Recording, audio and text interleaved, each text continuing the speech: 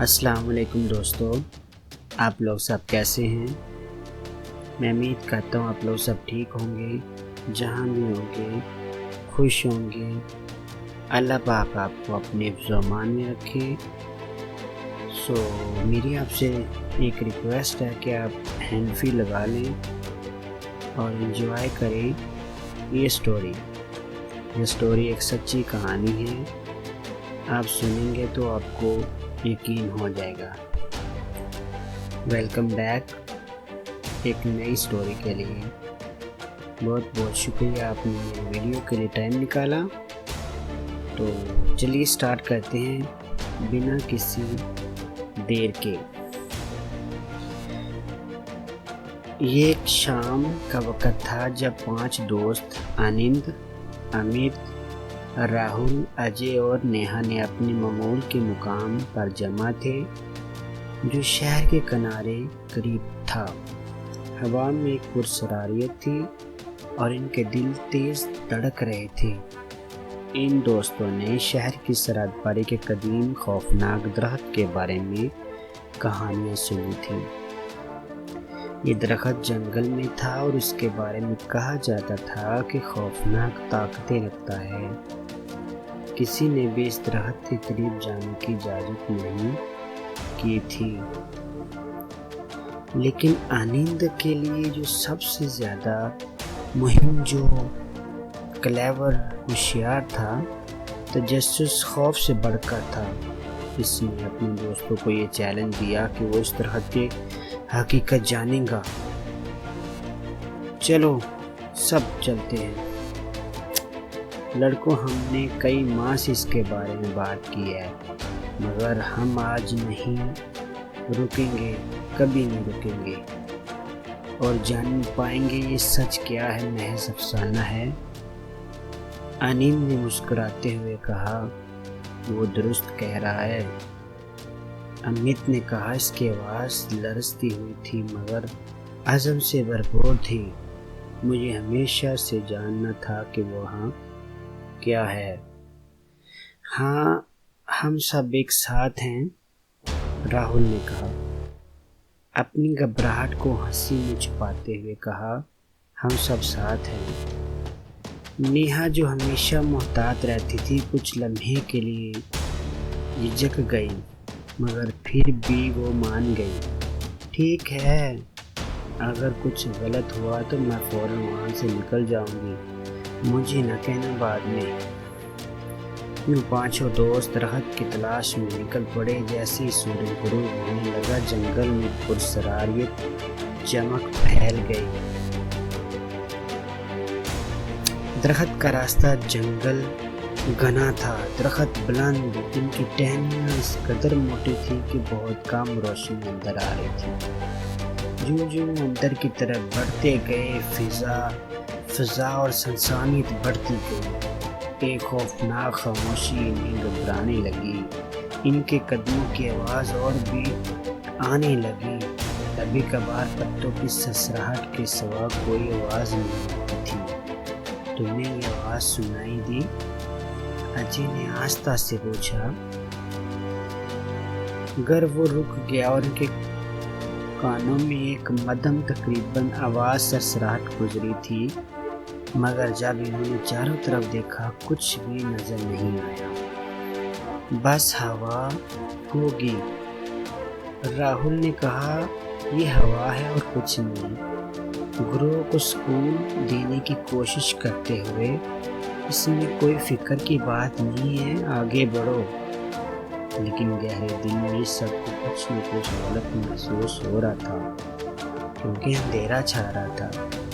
جیسے جیسے وہ درختوں کے پاس سے گزرتے گئے، قریب پہنچتے گئے، ہوا میں ایک معمولی بوجھ بڑھتا جا رہا تھا، جیسے وقت خود کا رکا ہوا ہو۔ شاید ہمیں واپس جانا چاہیے، نیہا نے پریشانی کے عالم میں کہا، لیکن باقی سب کی عزم نے انہیں روکا۔ آخر کار ایک کھلے میدان میں پہنچے جہاں درخت کھڑا تھا۔ چھپے ہوئے خطرات۔ درخت واقعی خوفناک تھا، اس کی ٹہنی عجیب و غریب زاویوں میں مڑی ہوئی تھی اور اس کی چھال سیاہ کھردری تھی۔ درخت سے ایک مدھم سی روشنی پھوٹ رہی تھی اور ہوا میں ایک عجیب سا دباؤ تھا، جیسے وہ درخت زندہ ہو اور انہیں دیکھ رہا ہو۔ آنند سب سے پہلے درخت کے قریب پہنچا۔ جیسے اس نے قریب پیر ہاتھ بڑھایا، ایک عجیب سا دھکا محسوس ہوا۔ کیا تم نے محسوس کیا؟ آنند نے کہا باقی دوستوں کی طرف دیکھتے ہوئے۔ یہ کچھ عجیب لگ رہا ہے، نیہا نے کہا۔ اس کی آواز میں ہلکا سا خوف تھا۔ اس سے پہلے کہ آنند کچھ اور کہتا، اچانک ایک آواز آئی جسے زمین اندر سے گرج رہی اور درخت کی ٹہنی تیزی سے حرکت کرنے لگی۔ کیا ہو رہا ہے؟ امیت نے چلاتے ہوئے پوچھا۔ ہمیں فوراً یہاں سے نکلنا چاہیے، نیہا نے خوف زدہ ہو کر کہا۔ اس سے پہلے کہ وہ کچھ اور کرتی، زمین ہلنے لگی اور ان کے قدموں کے نیچے زمین پھٹنے لگی۔ سب نیچے کی طرف کھینچنے لگے، جیسے کسی گہرے خلا میں گر گئے۔ وہ سب گہرے سیاہ اندھیرے میں گر گئے۔ کئی لمحوں تک ان کی چیخیں اور آہیں سنائی دی، مگر وہ کچھ بھی نہیں دیکھ پائے۔ جب وہ آخرکار نیچے گرے تو وہ ایک سرد خالی جگہ میں تھے، ایک تاریک غار میں جس کا کوئی اختتام نہیں تھا۔ امیت نے ہنستے ہوئے کہا، یہ کیا جگہ ہے؟ مگر اس کی آواز میں بھی خوف تھا، وہ بھی ڈرا ہوا تھا۔ مجھے نہیں پتا، مگر یہاں کچھ ٹھیک نہیں ہے۔ ہم کدھر گر گئے؟ کچھ سمجھ بوجھ ہے آپ سب کو؟ آنند نے کہا اپنے قدموں کو جکڑے ہوئے۔ وہ کچھ دور چلنے کی کوشش کرتے ہیں، مگر ہوا میں اتنی گہری اور روکھی تھی کہ انہیں سانس لینا بھی مشکل ہو رہا تھا۔ چاروں طرف سائے نظر آ رہے تھے اور وہ ہر بار وہ مڑتے اور کچھ بھی نہیں دیکھ پاتے۔ ہمیں یہاں سے نکلنا ہوگا یار، راہل نے کہا۔ کمزور میں ہوں اور نکلو۔ اچانک نیچے سے آواز آئی اور آواز ان سب کے اندر خوف کا سمندر بھر گئی۔ 3 واپس آئیں گے، 2 ہمیشہ کے لیے رہیں گے۔ یہ سن کر ان سب کے جسموں میں سنسنی دوڑ گئی۔ نیہا کے منہ سے بمشکل ایک آواز نکلی، یہ کیا مطلب ہے اس کا؟ اس وقت زمین پھر لرزنے لگی، سائے ان کے قریب آنے لگے۔ فوراً بھاگنے کی کوشش کرتے ہیں، مگر ہوا اتنی طاقتور تھی کہ قدم رکنا شروع ہو گئے۔ اس لمحے اچانک درخت کے نیچے سے خوفناک آدمی نکل کر باہر آتا ہے۔ اس کی شکل بڑی عجیب تھی، اس کی آنکھیں خون کی طرح سرخ اور چہرہ سیاہ اور چھوٹا تھا۔ وہ آدمی انتہائی خوفناک تھا۔ اس کے قدموں کی آواز ایسی تھی جیسے زمین خود کانپ رہی ہو۔ اس آدمی نے ایک عجیب سا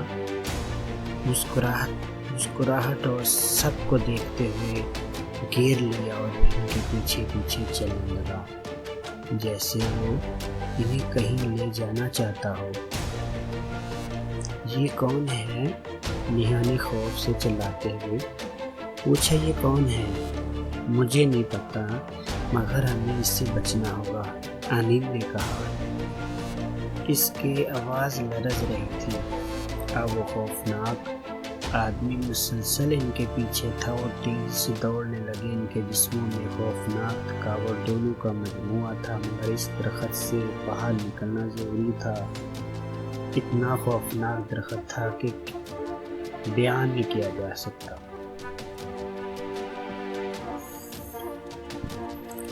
کسی طور امیت، راہل اور نیہا کسی روشنی کی طرف دوڑنے لگی جو اچانک اس کے سامنے ظاہر ہوئی تھی، اور اس روشنی کی طرف دوڑتے ہوئے اپنے جسموں میں نئی زندگی محسوس کرنے لگے۔ کچھ ہی لمحوں میں واپس اس جنگل کھلے میدان میں پہنچے۔